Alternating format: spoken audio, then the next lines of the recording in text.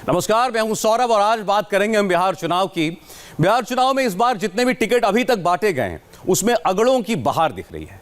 पहले चरण की 71 सीटों की उम्मीदवारों को देखकर यही लग रहा है। टिकट बंटवारे में राजपूतों और ब्राह्मणों का खासा ख्याल रखा गया है। पिछड़ा दलित राजनीति के दौर से उभरते बिहार में एनडीए ने हर वर्ग को तरजीह दी है। यहां तक कि आरजेडी के कोर वोटर यादवों को भी पर्याप्त प्रतिनिधित्व मिला है। सवर्णों को लेकर सबसे ज्यादा कंजूसी आरजेडी ने बरती और लगता है कि पार्टी ने मान लिया कि सवर्णों के वोट उसे नहीं चाहिए। पहले चरण का मतदान 28 तारीख को है। देखिए क्या दिखता है टिकट का गणित।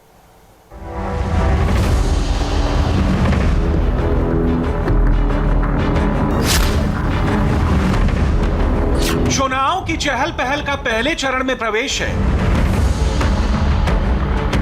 सामने खड़ा 2020 का जनादेश है। जात पात की सियासत के लिए मशहूर बिहार प्रदेश है।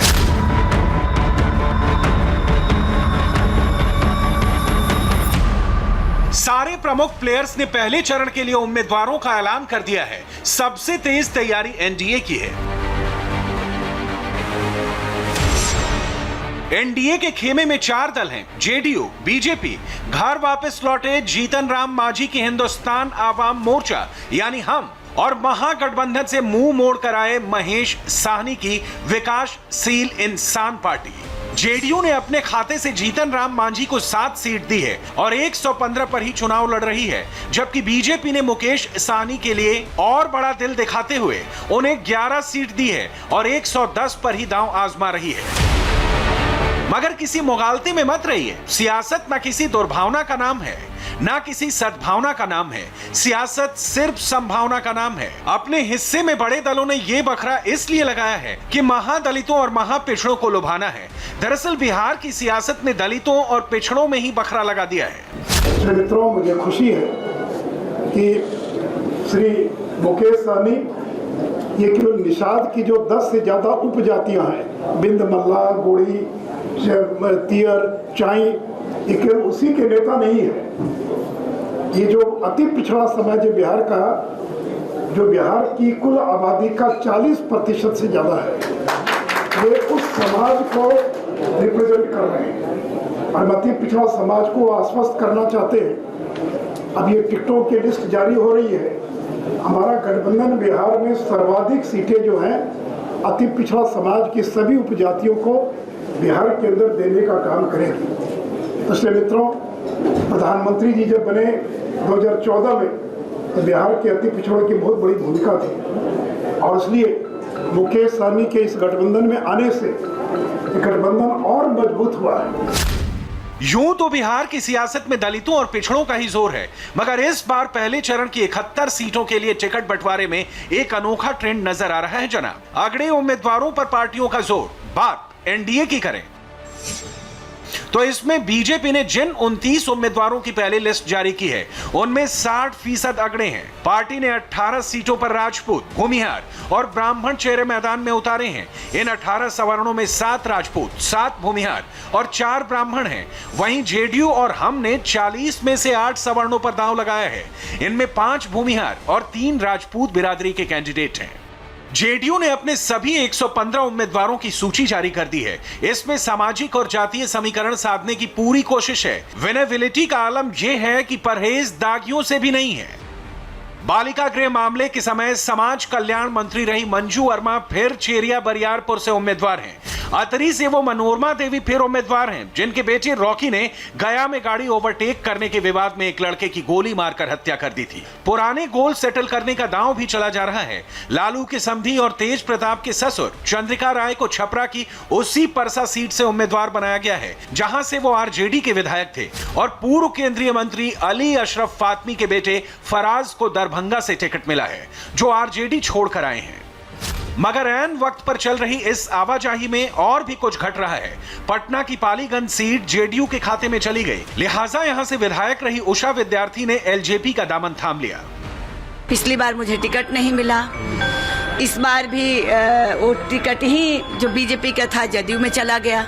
तो आखिर मेरी जनता की जो आवाज़ थी कि आप आइए, हम लोग बैठे हैं जिताने के लिए, तो मैं धन्यवाद दूंगी अपने राष्ट्रीय अध्यक्ष और चिराग पासवान जी का, जिन्होंने मुझे सम्मान दिया और सम्मान देके मुझे सिंबल दिया कि आप जाके चुनाव लड़ें। भाजपा आपने छोड़ दिया?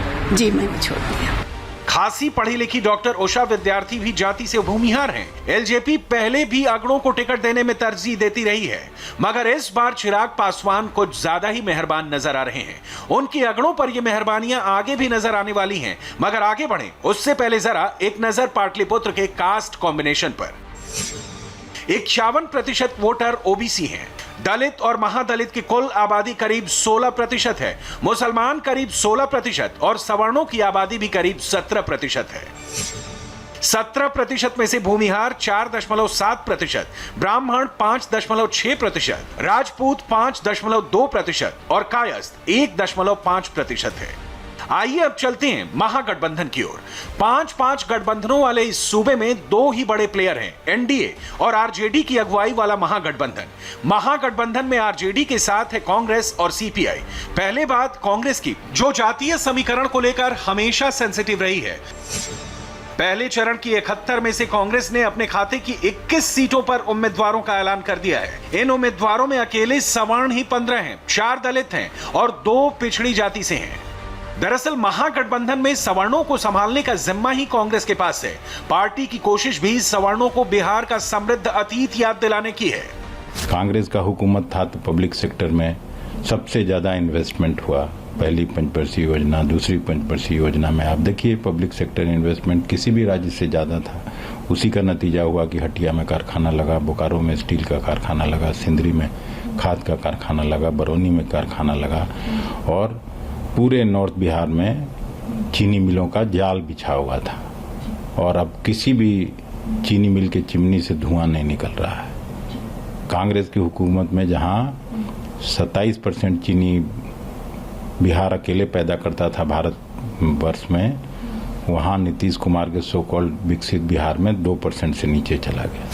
महागठबंधन का तीसरा घटक सीपीआई भी फॉरवर्ड कार्ड में पीछे नहीं। उसने भी 2 भूमिहार उम्मीदवारों पर दांव खेला है। यह अलग बात है कि पार्टी के ज्यादातर कैडर दलित और पिछड़ा समुदाय से आते हैं, मगर सवर्णों को लेकर सबसे अधिक कंजूसी आरजेडी ने दिखाई है। आरजेडी के 42 उम्मीदवारों में से सिर्फ 4 सवर्ण हैं, 2 वैश्य, 19 यादव, 8 दलित, 3 अति पिछड़ा, 2 कुशवाहा, 3 मुस्लिम, 1 आदिवासी समुदाय से है। हालांकि आरजेडी लालू के जमाने से समझती है कि उसका कैचमेंट एरिया सवर्णों वाला नहीं है, उसका कोर वोटर यादव है और मुसलमान का साथ है, जिस एमवाई संस्करण के सहारे उसने 15 साल तक बिहार पर राज किया। गठबंधन के दौर में हर पार्टी ने जातियों के हिसाब से पॉकेट बांट लिए हैं। कोई अगड़ों को संभाल रहा है तो कोई पिछड़ों को। मगर जब पहले चरण के चुनाव में अगड़ों का इतना बोलबाला है तो सीएम नीतीश कुमार के चहेते पूर्व डीजीपी गुप्तेश्वर पांडे का दूसरी बार लटक जाना सबसे अधिक चौंकाने वाला है। कैमरामैन विनोद कुमार के साथ नीतीश चंद्र, इंडिया टीवी, पटना।